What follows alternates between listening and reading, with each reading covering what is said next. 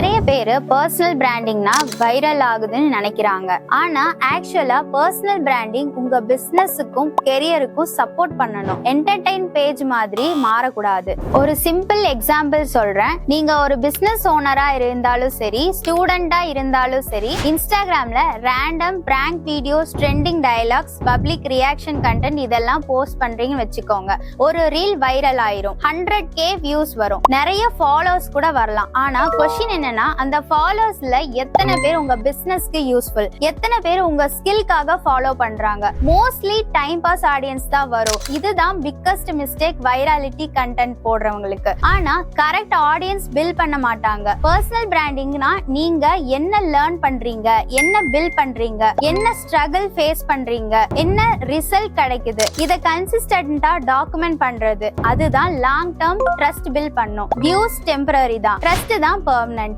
இது மாதிரி branding, AI, digital marketing related content பார்க்க நம்ம பேஜை மறக்காம ஃபாலோ பண்ணிக்கோங்க.